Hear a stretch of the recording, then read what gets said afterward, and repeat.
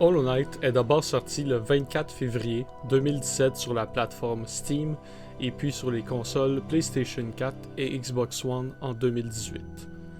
Le jeu conçu par Team Cherry y reçoit un accueil très favorable des critiques et de ses joueurs à sa sortie. Ceux-ci ne prennent pas longtemps à décrire Hollow Knight comme un Souls-like. Cette affiliation regroupe les jeux ayant une certaine similitude ludonarrative avec le jeu Dark Souls réalisé par From Software.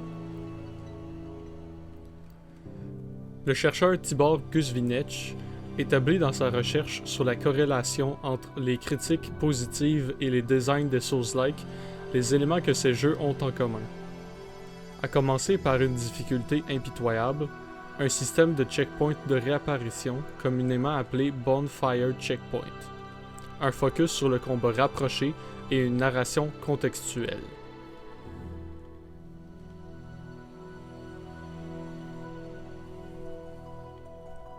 Selon Tibur, la narration contextuelle consiste en une synergie entre les récits et les designs pour présenter les thèmes véhiculés par leur jeu, notamment à l'aide de narration environnementale très poussée et l'incrustation de thèmes dans la jouabilité.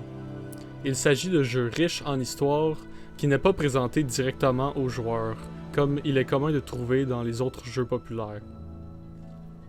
Comme le mentionne Tibur dans sa recherche, although the storytelling in these Souls games is quite unusual beside environmental storytelling and cryptic dialogue of NPCs, the story of the game is told through item description.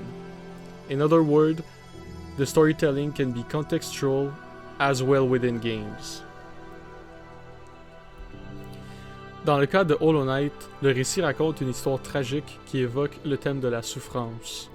Notre objectif est de démontrer comment Hollow Knight arrive à présenter son récit sans la raconter directement aux joueurs, à l'aide de recherches académiques portant sur la narration environnementale et les mécaniques narratives pour démontrer que l'utilisation d'une synergie ludonarrative au plan de ses environnements et de ses ennemis y cristallise le thème de la souffrance. La présentation ludonarrative du thème de la souffrance est d'abord véhiculée par l'environnement de l'univers fictif, à la fois par son design raffiné et sa présentation esthétique. Puis ce même thème est amplifié par le comportement des personnages qui habitent le monde dans lequel se déroule le récit du jeu.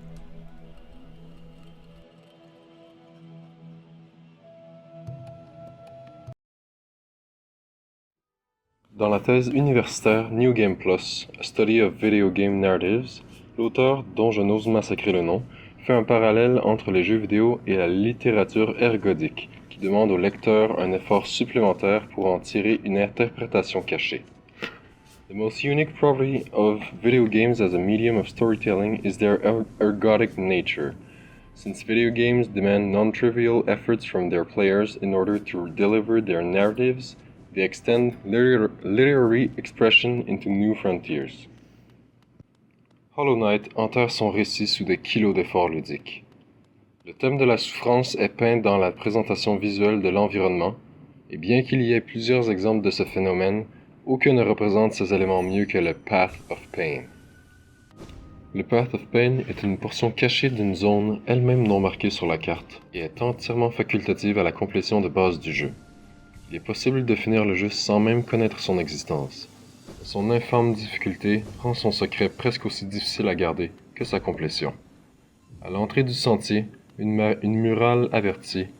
Pour découvrir ce que contiennent les secrets scellés, il faut endurer le châtiment le plus sévère. Dès le début, une éthique de mérite, avec la souffrance comme seule monnaie d'échange, est incorporée dans les attentes du joueur. Si l'un souhaite en connaître plus sur le passé du royaume d'Alonest, il doit travailler fort pour le savoir.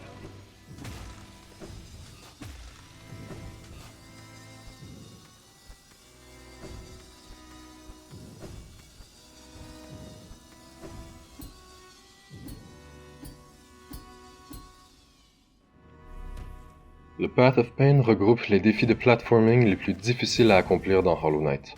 Il requiert autant l'acquisition de chaque habilité de mouvement que leur maîtrise. Additionnellement, Une accumulation respectable de charme sera hautement bénéfique à toute personne qui osera y passer au travers.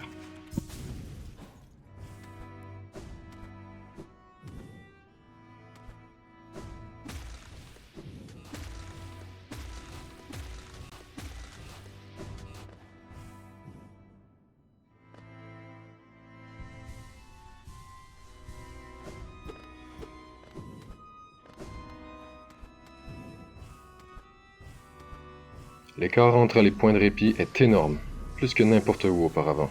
Chaque segment combine des murs de surface épineuse, des scies circulaires au mouvement frénétique, des obstacles tranchants ouvrant la voie pendant de courts instants, requérant de ricocher sur leurs lames acérées pour progresser, le tout souvent dépourvu de plancher pour calibrer son tempo avec la danse de la mort.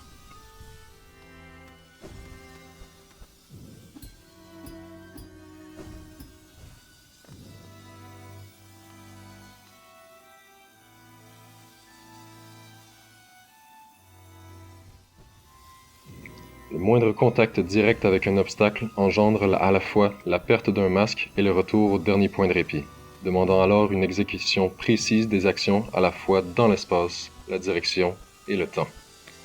Perdre tous ces masques réveille le Knight au dernier banc de sauvegarde, soit avant même le début du sentier. Cependant, ces longues épreuves sont séparées par des statues, parfois cachées, permettant de se ravitailler en âme et ainsi recharger ses points de vie.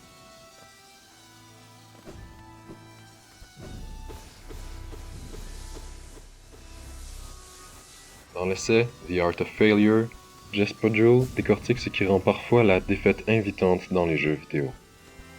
Quoting the spouse of a video game player, game emotion theorist Nicole Lazaro shows how we can be angry and frustrated while playing a game, but that this frustration and anger binds us to the game.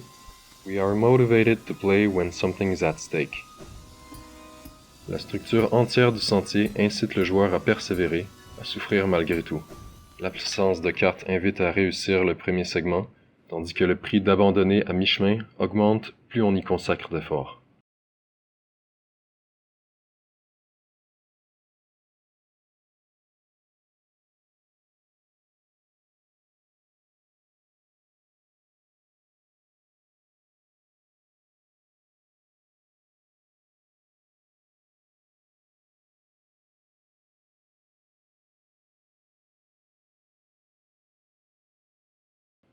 La facilité à réessayer nous enchaîne à continuer et endurer le châtiment, et chaque triomphe, en réussissant un segment, purge la rage de la défaite, jusqu'à en devenir insensible.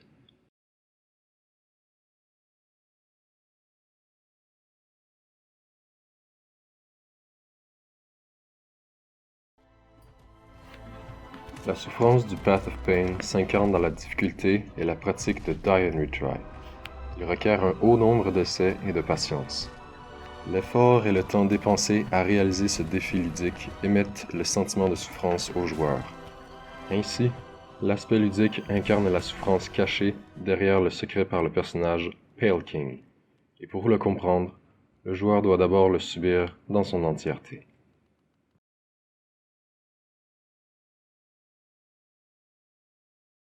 Du côté narratif de l'environnement, on va analyser un flashback qui nous ramène au moment de la création du Knight, et au cœur de ce passage-là, on va émerger le thème de la souffrance. Pour analyser l'environnement, on va parler dans un premier temps de l'espace évocateur, qui est un concept soulevé par Henry Jenkins dans l'un de ses ouvrages. Ensuite, on va passer au concept d'indexical storytelling apporté par Clara Fernandez Vara, pour finir avec la courte cinématique qu'on retrouve à la fin du passage analysé. Premièrement, pour l'espace évocateur, Henry Jenkins le définit comme pouvoir remédier à une histoire préexistante ou puiser dans une tradition de genre largement partagée. Donc, dans l'exemple qu'on analyse, on voit que l'espace est sombre et les couleurs sont ternes et monotones, ce qui évoque dès le début un sentiment de tristesse. La présence de la vignette autour de l'écran va aussi beaucoup réduire le champ de vision et vient accentuer le fait que le personnage est seul, et donc ça peut aussi évoquer le sentiment d'abandon du Knight envers le Pearl King, qui est considéré comme leur père et créateur. On voit aussi la présence de cadavres qui représentent la mort, et de ce fait le deuil, qui est aussi renforcé par les couleurs foncées des statues de l'environnement. Donc juste par l'espace évocateur, on est capable de faire ressortir la douleur à travers des sentiments comme la tristesse, la solitude et le deuil. Deuxièmement, on va parler du concept d'Indexical Storytelling de Clara Fernandez Varela qui décrit son concept comme la génération d'histoires à travers les traces laissées tant par le concepteur que par le joueur. Dans le contexte de l'univers fictionnel du jeu, ces indices agissent à la fois comme des indications de ce qui pourrait ou devrait être fait dans le jeu, ainsi que comme des témoins des événements survenus dans le monde avant le début du jeu. Dans le contexte de Hollow Knight, c'est un jeu qui se prête très bien à ce concept-là, parce que l'histoire est déduite des indices que l'on retrouve dans l'environnement. Dans le passage analysé, qui est l'endroit de naissance des vaisseaux, il y a d'abord les cadavres qu'on peut voir au sol et ceux qui tombent. Ça nous indique qu'il y a énormément de vaisseaux qui ont été sacrifiés, et le fait qu'ils tombent nous indique aussi qu'il y a quelque chose à atteindre plus haut, mais que le chemin est probablement difficile et que la majorité n'arrive pas à leur objectif. Le son aussi qu'ils font quand ils tombent nous rappelle qu'ils sont peut-être pas aussi vite que ce que l'on croit et qu'ils ont un corps, malgré le fait qu'ils sont supposés être constitués de vide. Donc la présence des cadavres est un indice qui en dit beaucoup sur l'histoire et qui évoque beaucoup de douleur face au deuil de tous ces vaisseaux-là qu'on voit mais aussi qu'on entend tomber. Il y a aussi beaucoup de pics dans l'environnement et leur forme triangulaire et pointue peut également représenter le danger des lieux, mais aussi une certaine souffrance physique que les vaisseaux ont dû endurer dans leur tentative d'atteindre le haut. Finalement, il y a la cinématique de la fin où on voit le Knight regarder le Hollow Knight partir avec le Pearl King, comme on peut voir à l'écran.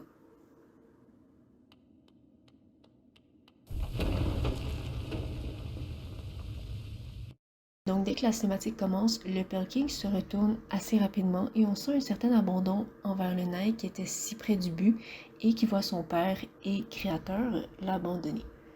Ensuite, on voit le Hollow Knight qui se tourne vers le Knight et qui part ensuite avec le Pearl King. Ici, il y a une douleur face à l'échec, donc on voit un peu notre objectif, mais aussi notre seule raison d'être en fait, s'envoler devant nos yeux. On finit avec la chute du personnage, qui peut représenter autant la douleur physique de la chute, mais aussi une douleur psychologique face à l'échec et à l'abandon. En conclusion, Hollow Knight se distingue par son utilisation très marquée de sa narration environnementale, dont l'espace évocateur qui plonge les joueurs dans un monde de solitude, de désolation et de ce fait de douleur. Le concept d'indexical storytelling qui, à travers des indices dispersés dans son environnement, nous décrit une histoire qui est douloureuse, donc liée au deuil et à la souffrance physique qu'ont dû traverser les vaisseaux, et la cinématique du jeu qui vient vraiment ajouter une dimension supplémentaire à ces douleurs-là en accentuant l'échec du protagoniste, ainsi que la chute psychologique et la douleur physique du personnage principal.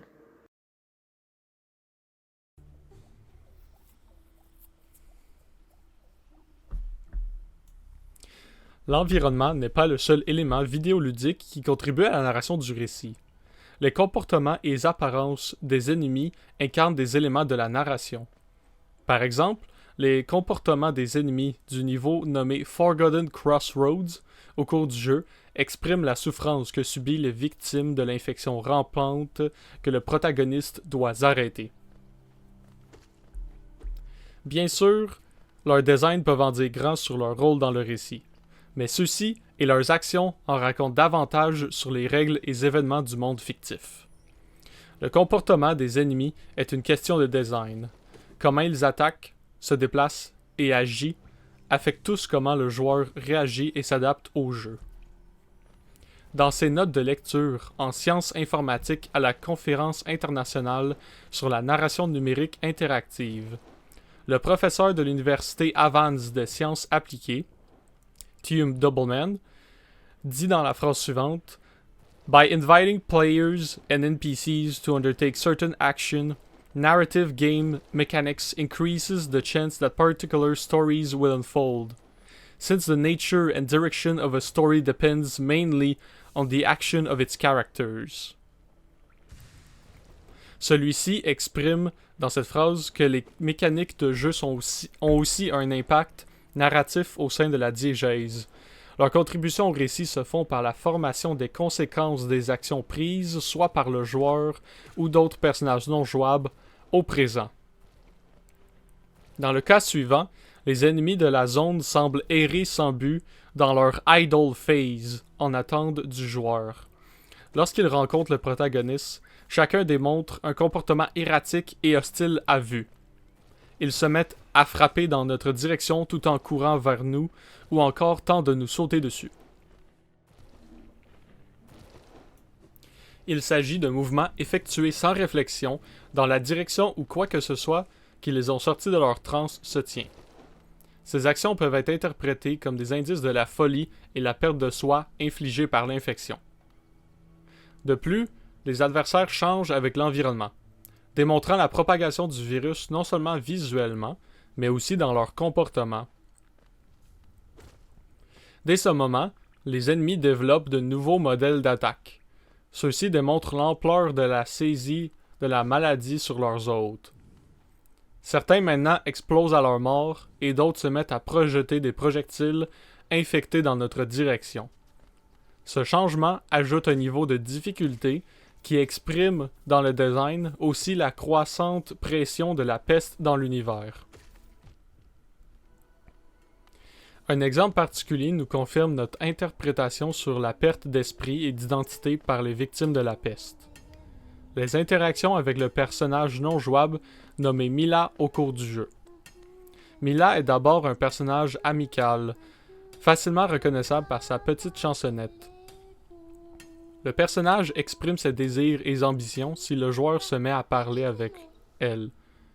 Cependant, si nous retournons la voir plus tard au cours du jeu, elle attrape l'infection, ne chante plus, et son comportement devient identique à celui des ennemis de la zone.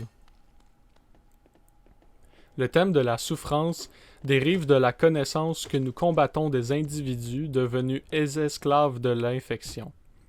Par le design des mouvements, attaques des ennemis et personnages du jeu, nous sommes exposés à la réalité fictive des créatures de la diégèse, et ainsi les obstacles de jeu servent à la fois aussi à la jouabilité et à la narration.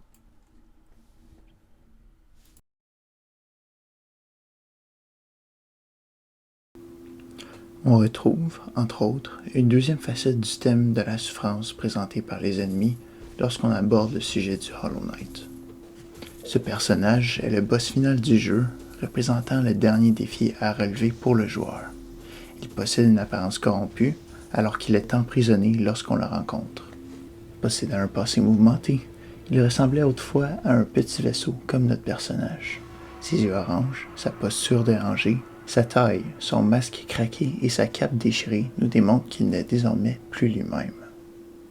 Né dans l'abysse, comme ses nombreux confrères, dont le protagoniste, il a été le premier à atteindre la surface et a donc été choisi par le roi Paul pour être le vaisseau qui contiendra la radiance, source de l'infection qui ronge Hallownest, dans le but de préserver le royaume déchu.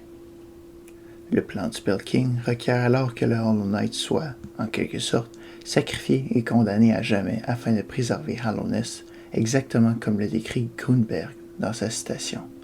For the continuation of a utopia, one sacrifice must exist in a constant state of abject suffering. Tout comme mentionné plus tôt, le but ultime du Pale King était de contenir la radiance pour prévenir la destruction d'Hallownest. Il a alors condamné sa progéniture à devenir des vaisseaux, des êtres dépourvus d'âme, pour pouvoir contenir la radiance. On remarque les phrases que le personnage découvre alors qu'il essaie de sortir de l'abysse dans le flashback du Knight, semble quasiment être le Pale King qui essaie de se justifier pour ses actions.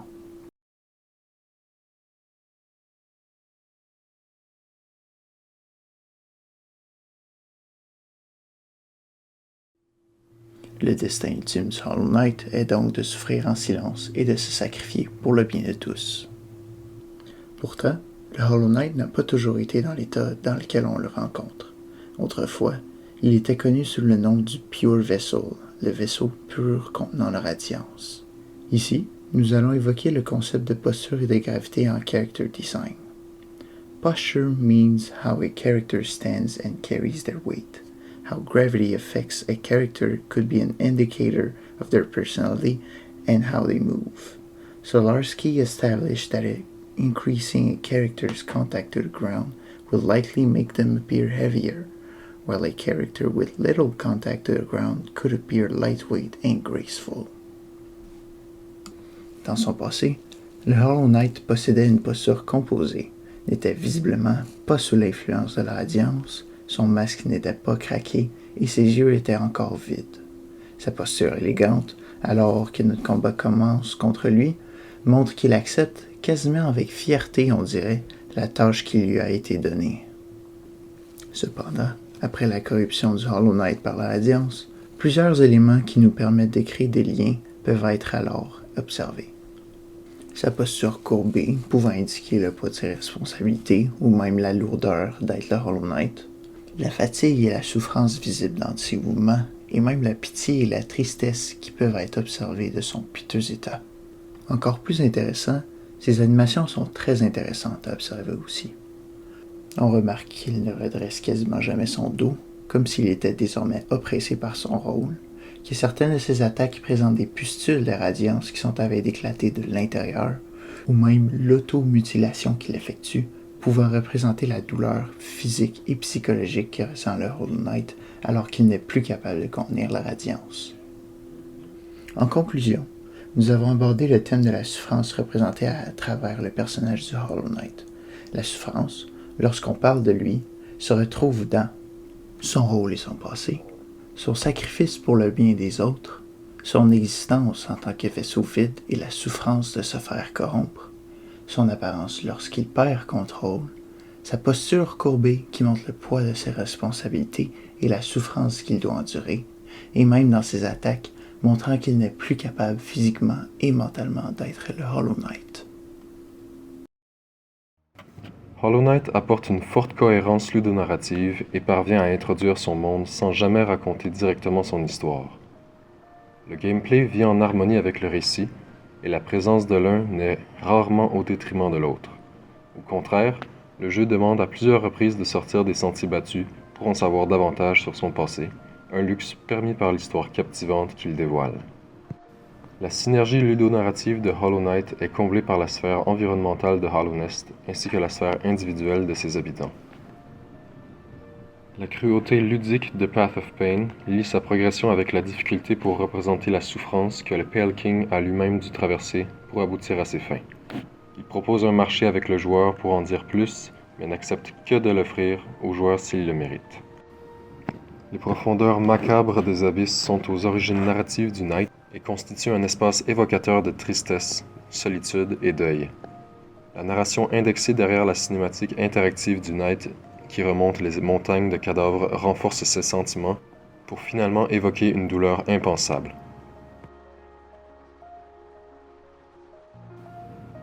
Les opposants communs du joueur portent en eux l'infection qui évolue au cours du jeu. Leurs actions racontent beaucoup sur l'histoire et leurs comportements sont synonymes à la folie et la perte de soi. Le Hollow Knight, titulaire du jeu, est quasiment la souffrance incarnée. Étant le porteur du fardeau de l'infection, son masque endommagé ainsi que sa posture sont les indices sur son rôle et son destin.